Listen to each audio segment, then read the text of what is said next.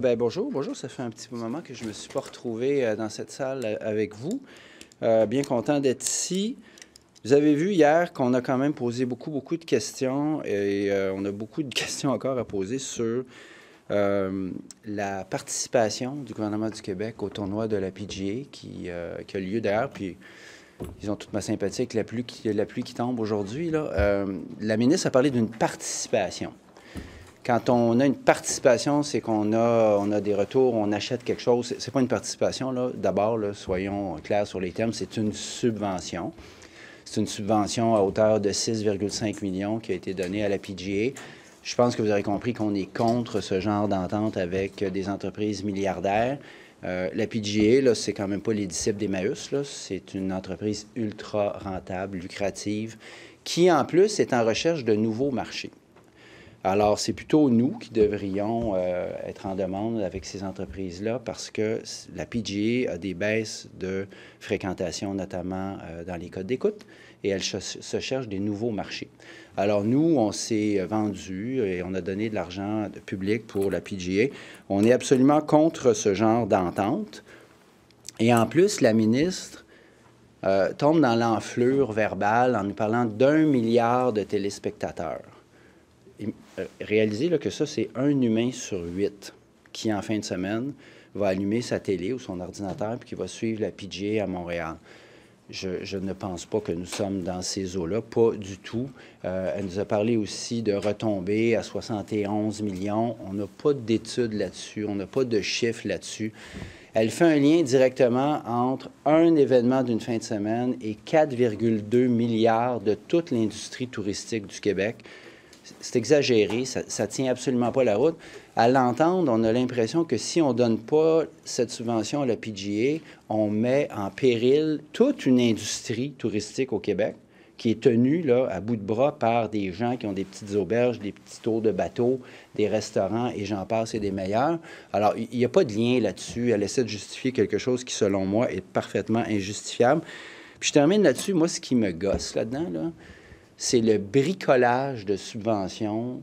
J'ai employé le mot trituré. J'ai appris que c'était non parlementaire. Là, je ne savais pas, je ne connais pas le lexique par cœur. Parlons d'entourloupette, c'est probablement aussi antiparlementaire, là, mais je ne suis pas au Salon Rouge. Il y a là-dedans un bricolage pour arriver à aller chercher les millions un peu partout, pendant qu'il y a des groupes, là, et j'ai cité à dessein hier le réseau Partage. Il y a des groupes là, qui rendent des services essentiels à la population, comme les magasins Partage de Noël. Et Dieu sait qu'on a besoin des magasins Partage à Noël, là. Et ces groupes-là n'arrivent pas à se qualifier dans les subventions. Pourquoi? Parce qu'ils ne rentrent pas dans les cases. Puis on leur dit, c'est magnifique, c'est admirable ce que vous faites, mais vous ne rentrez dans aucun programme. Ce qui fait que Réseau Partage, là, qui couvre tout le Québec, pour ces magasins de Noël là, de partage, a 13 000 par année. Pendant ce temps-là, on bricole là, des programmes, on biffe des petites lignes là, pour que ça rentre dans les cases parce que c'est la PGA ou les Kings de Los Angeles. Je pense que les gens ne sont pas dupes, là. La population n'est pas dupe. C'est le genre d'affaires qui, moi, me gosse et je pense que ça gosse la population aussi. Elle a dit hier qu'elle voulait qu'il y en ait encore plus. Elle va continuer. Elle parlait de la NFL. Elle veut parler aux dirigeants, la ministre. Donc, est-ce que vous demandez qu'on arrête net de subventionner ce genre d'événement? Avec les multimilliardaires du sport, oui. La NFL, là, c'est pas non plus une entreprise de charité, là. Ils font de l'argent, ils se cherchent des nouveaux marchés. Ils vont jouer jusqu'au Brésil. Là, cette année, le premier match de la NFL, là, il y a 3 semaines, c'était au Brésil. L'année d'avant, c'était en Angleterre. Moi, je suis un fan de football. J'aimerais ça qu'ils viennent à Montréal quand on aura finalement réparé le stade olympique, là. Mais je pense pas que la NFL a besoin de notre argent pour ça. En passant, là, ils vendent des billets. Avez-vous vu les prix des billets en revente pour la PGA en fin de semaine? Il y a des billets à 1200 pièces. Chaque billet, 1200 pour être plus proche du trou pour voir les golfeurs. C'est des business qui font de l'argent. Ils vendent des billets. Ces entreprises-là vendent des billets. Si la NFL vient, là, moi, je vous garantis qu'elle remplit le stade olympique. 50, 60 000 personnes à 200 pièces moyenne le billet en ce moment dans la NFL. Ça va, là. Ça va, là. On n'a pas besoin. On ne fera pas de téléthon pour la NFL. En plus, ces entreprises-là, elles se cherchent des nouveaux marchés. Moi, je ne suis pas contre qu'on développe. Moi, je rêverais de voir Caitlin Clark et la WNBA venir à Montréal. C'est le gros trend aux États-Unis en ce moment. Puis c'est un sport féminin qui se développe. C'est un beau produit sportif. Mais la WNBA n'a pas besoin de notre argent pour venir ici. Il y avait NASCAR cette année au profit du Mexique parce que la ministre voulait avoir la course numéro 1 NASCAR. Ça aussi, là, on ne devrait pas aller là. Là, il y a 2 raisons de ne pas aller là. D'un, le NASCAR fait plein d'argent. Puis de 2, là, c'est une course de dinosaures là, qui brûle du gaz, là, puis qui brûle des pneus sur l'asphalte. Là. Je suis désolé, là, on est en 2024. Là. On est en 2024. C'est comme la F1 à Montréal. Là. La F1, là, les têteux de subventions professionnelles qui font du chantage à chaque année. Il faut réparer ci, il faut réparer ça, parce que sinon, on s'en va. Ben, bon vent. Bon vent. Peu importe la visibilité que ça donne. Moi, avoir de la visibilité là, avec une des compétitions sportives la plus polluante de la planète, je vais très bien vivre de m'en passer. Les Kings n'ont pas leurs frais, il n'y a pas de billets devant. Il reste 8000 billets à vendre pour les Kings. Là, craignez-vous qu'on perde de l'argent en plus de la subvention? Il y a une chose qui est sûre, c'est que les Kings, eux autres, ne perdront pas d'argent. Parce que dans le contrat, c'est bel et bien dit qu'ils vont avoir leur argent. Là. On les a fait venir ici. Avez-vous remarqué que les remparts, ils n'ont pas de misère à avoir leur monde? Ils battent des records. L'an passé, les remparts de Québec, là, qui jouent dans le même amphithéâtre, record d'assistance moyenne de la Ligue canadienne de hockey. Ça, c'est des dizaines et des dizaines d'équipes. Les remparts offrent un bon produit qui correspond à ce que les gens veulent. Ils n'ont pas de misère à remplir. Là, on a essayé d'attirer du monde à Québec, là, avec des matchs pré-saison d'équipes qui sont à 5000, 4000 km d'ici, puis qui vont mettre l'équipe B puis l'équipe C sur la glace. Les gens ne sont pas caves, là. Mais les remparts jouent dans un amphithéâtre qui a été financé par le gouvernement. C'est un autre c'est un tout autre débat, ça, monsieur Larry. 400 millions, 200 millions du gouvernement du Québec et 200 millions de la ville. On ne refera pas l'histoire. Le deal sur le centre Vidéotron, c'était honnêtement pas la meilleure idée du gouvernement du Québec là, dans les 25 dernières années. On s'entend là-dessus. Parlons du débat maintenant. Là, on a donné 7 millions aux Kings de Los Angeles pour qu'ils viennent jouer des matchs pré-saison contre les Bruins puis les Panthers de la Floride. Tout le monde sait que ces matchs-là, c'est des matchs préparatoires, puis que les vedettes jouent 2-3 minutes là, pour voir là, si leurs patins sont bien aiguisés. Là. Puis après ça, c'est l'équipe B puis l'équipe C. Je pense que la réponse de la population du Québec parle d'elle-même. Les gens de Québec puis de la région, là, parce qu'il y a des gens qui viennent d'ailleurs, les gens, visiblement, les gens sont moins enthousiastes que le ministre Girard puis que François Legault l'était. Puis là, on a notre réponse, mais ça va nous coûter le même montant. Juste une petite précision. Tout à l'heure, vous avez dit, on se vend, on est obligé de se vendre, donc de payer pour qu'ils viennent. Est-ce qu'on parle, est-ce que vous allez jusqu'à dire qu'on se prostitue? Non, pour, non. Non, mais en tout cas, on se donne pour pas cher, puis on paye en plus. L'exemple des Kings en est un flagrant, là. L'histoire de la PGA, c'est un peu la même chose. Puis là, on rêve là, de la NFL et que sais-je encore. Ces équipes-là, ces ligues-là, se cherchent de nouveaux marchés. Les codes d'écoute de la NFL sont en baisse aux États-Unis. Ils se cherchent des nouveaux marchés. C'est pour ça qu'ils vont jouer au Brésil. C'est pour ça qu'ils vont jouer à Londres, par exemple. C'est qu'ils cherchent des nouveaux marchés. Qu'on en fasse partie, moi, je veux bien. Mais pas avec les fonds publics. Pas en tripotant, ça doit être anti-parlementaire aussi, là, pas en tripotant les programmes pour que ça fitte dans les cases. Parce que sinon, à quoi bon avoir des programmes normés? À quoi bon avoir des cases si après ça, on les change parce qu'on a décidé qu'on voulait ci ou qu'on voulait ça? Moi, ça me dérange beaucoup. Par ailleurs, je pense qu'on est capable d'avoir une visibilité à Montréal, à Québec. Québec existe, là, puis Québec existait avant la visite des Kings. Là. Sur la taille de l'État, Mme Lebel, hier, nous a dit qu'elle ne souhaitait pas couper des postes de fonctionnaires, là, malgré la situation. Le PQ, tout à l'heure, nous dit que oui, eux estiment qu'on devrait réduire le nombre de fonctionnaires, couper dans la bureaucratie. C'est quoi votre position là-dessus? S'il y a du gras, puis qu'on en fait la démonstration, personne ne veut payer pour de l'excédentaire. Personne ne veut payer pour du superflu. Si on fait la démonstration, puis il y a assez de révisions de programme au gouvernement du Québec pour savoir où est-ce que c'est performant, où est-ce que ça ne l'est pas, très bien. Ensuite, c'est pas tellement une question arithmétique de y a-tu trop ou pas assez de fonctionnaires. C'est est-ce que la population a les bons services au bon moment par les bons professionnels. C'est beaucoup plus ça. Moi, ce que je sais, c'est qu'en ce moment, là, il manque énormément de gens dans nos écoles. Il manque énormément de gens dans le secteur de la santé. Moi, je parle de la fonction publique. Ah, mais il y a des fonctionnaires là, qui fonctionnent dans le réseau de la santé puis dans le réseau de l'éducation. Là. Il y a du personnel qui font fonctionner ces ministères-là aussi. Alors, si on manque de monde à certains endroits, qu'il y en a trop ailleurs, bien, n'importe quel bon gestionnaire va dire c'est des vases communicants, il faut s'arranger pour que le bon personnel soit aux bons endroits. Mais c'est pas uniquement une question quasi religieuse de dire il y a trop de fonctionnaires, il faut absolument couper. Moi, je privilégie d'abord et avant tout le service à la population. C'est quoi votre perception de ça? Vous dites si la démonstration est faite, vous suivez ce dossier-là quand même depuis un certain temps. Est-ce qu'à vos yeux, il y en a du gras et il faut faire du ménage? Bien, de toute évidence, la qualité et la quantité des services n'est pas égale partout au Québec. Alors, visiblement, il manque probablement de gens à certains endroits, puis il y en a probablement trop à d'autres. Qu'est-ce que vous comprenez des propos de M. Legault hier? Est-ce qu'il tente de se dissocier du Parti conservateur du Canada? Ah, de toute évidence, mais la pâte à dents est sortie du tube, là. Puis il nous avait fait le coup il y a 4 ans avec Erin O'Toole aussi, là. Alors, visiblement, il souhaite que les conservateurs prennent le pouvoir et il en fait la promotion. Il peut essayer, là, de patiner de reculons, là, pour employer une métaphore à la mode, là, mais il a dit ce qu'il a dit. Vous ne croyez pas quand il dit non, j'ai jamais dit ça, j'ai jamais appuyé de parti, vous achetez pas ça? Non. Sur l'éducation, vous en avez parlé, mais on voit aussi ce matin qu'il y a une chute des inscriptions dans les programmes de formation pour l'enseignement, finalement. Ouais. Comment vous expliquez cette diminution-là, malgré les investissements qui sont faits dans des programmes ou même les conditions de travail qui sont augmentées en fait des salaires?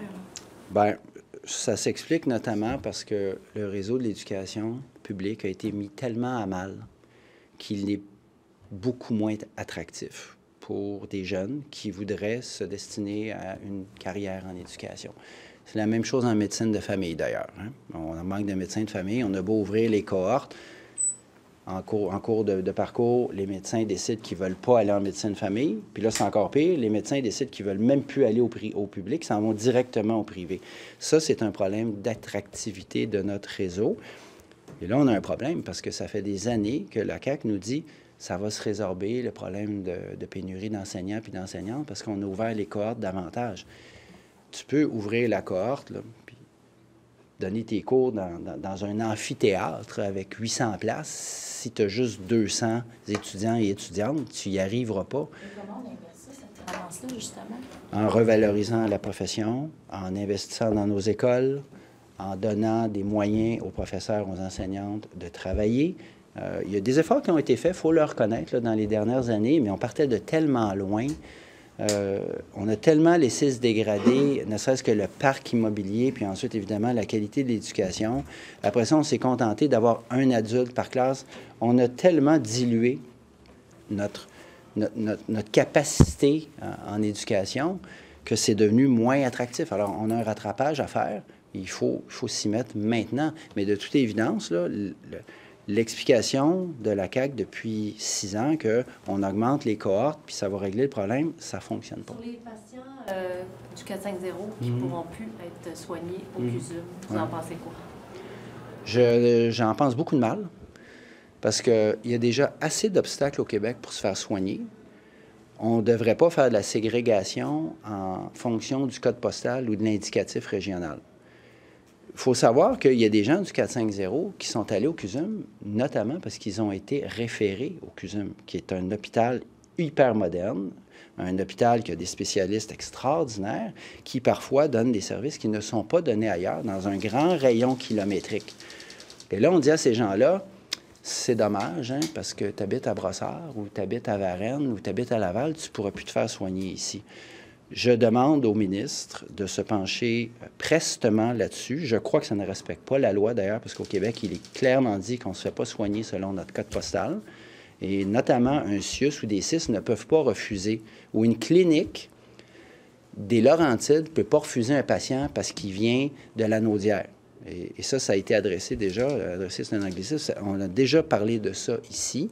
Alors, je demande au ministre de dissiper toute forme d'imbroglio par rapport à ça rapidement. Parce que là, il y a des patients qui sont en cours de traitement, qui attendaient, puis qui se font dire, en plus du reste, désolé, tu n'as pas le bon indicatif, il va falloir que tu ailles ailleurs.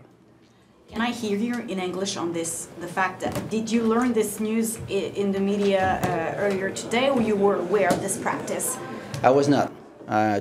Quite frankly, I was not aware of this practice. I know that some CIS and CIUS elsewhere in Quebec used to refuse patients because they were coming from elsewhere, and it's illegal. So I guess that it is illegal as well for the CUSUM to discriminate with the phone number or the postal code. So I'm asking Minister Dubé to jump on this file and clear this issue as soon as possible, because people are waiting for treatment, waiting to see a physician, waiting for a follow-up on their situation.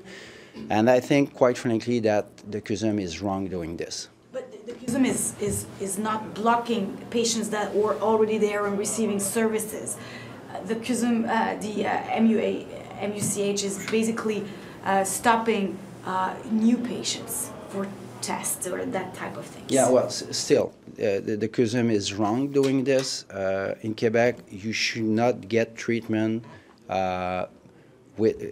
based on your phone number or your postal code. Sorry. That's frustrating for you that your postal code is basically giving you access to. And more than that, it's frustrating for the patients, and it's probably illegal as well. So I'm asking Minister Dubé to jump in as soon as possible.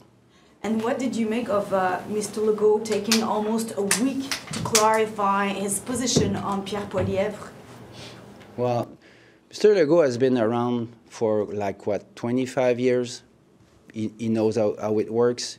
If it took him a week to clarify, he certainly knew what he was doing.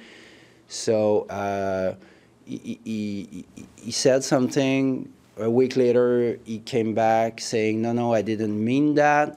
I mean, he said what he said, and that's it. You can't put the toothpaste back in the tube. That's the expression I was looking for. French. Yeah, you cannot put the toothpaste back in the tube. What's the problem? Well, Mr. Legault, in asking the Bloc to provoke elections, basically, because he was disappointed of the Trudeau government. What message does he send to Quebecers in basically indirectly saying, like, Poilievre should be the man, as polls in Quebec are not in favor of Pierre Poilievre? Well, first of all, I don't think that it is our business here at the National Assembly to get involved in federal politics at this point. I'm not asking people to vote for any party. I'm just asking people to follow the coming campaign and take their decision. Our role here at the National Assembly is to make sure that we get all the powers that are ours, and to make sure that we fight for what is ours. But I will not start to tell Quebecers how to vote. And that's exactly what Mr. Legault did. Si M. Poilievre promet au Québec les pleins pouvoirs en immigration, est-ce que c'est un game changer d'après vous? Question parfaitement hypothétique que j'analyserais à sa valeur si elle venait. Pour le moment, ce que je sais, c'est que Pierre Poilievre n'a rien dit sur l'immigration. Il a été extrêmement prudent de ne pas se mouiller là-dessus. Donc, on verrait, on jugerait la proposition de Pierre Poilievre à sa valeur. Pour le moment, il y a une pré-campagne électorale à Ottawa, de laquelle moi, je ne me mêlerai pas. Le PQ qui dit ce matin que oui, ça changerait la discussion. Qu'est-ce que vous en pensez? Ah, ça changerait la discussion, mais la discussion, elle est sur la place publique pour les électeurs et les électrices du Québec. Moi, je pense qu'ici, à l'Assemblée nationale, on ne va pas commencer à micro-gérer les débats partisans, hyper partisans, politiques qu'on voit en ce moment à Ottawa. C'est pas notre job de faire ça.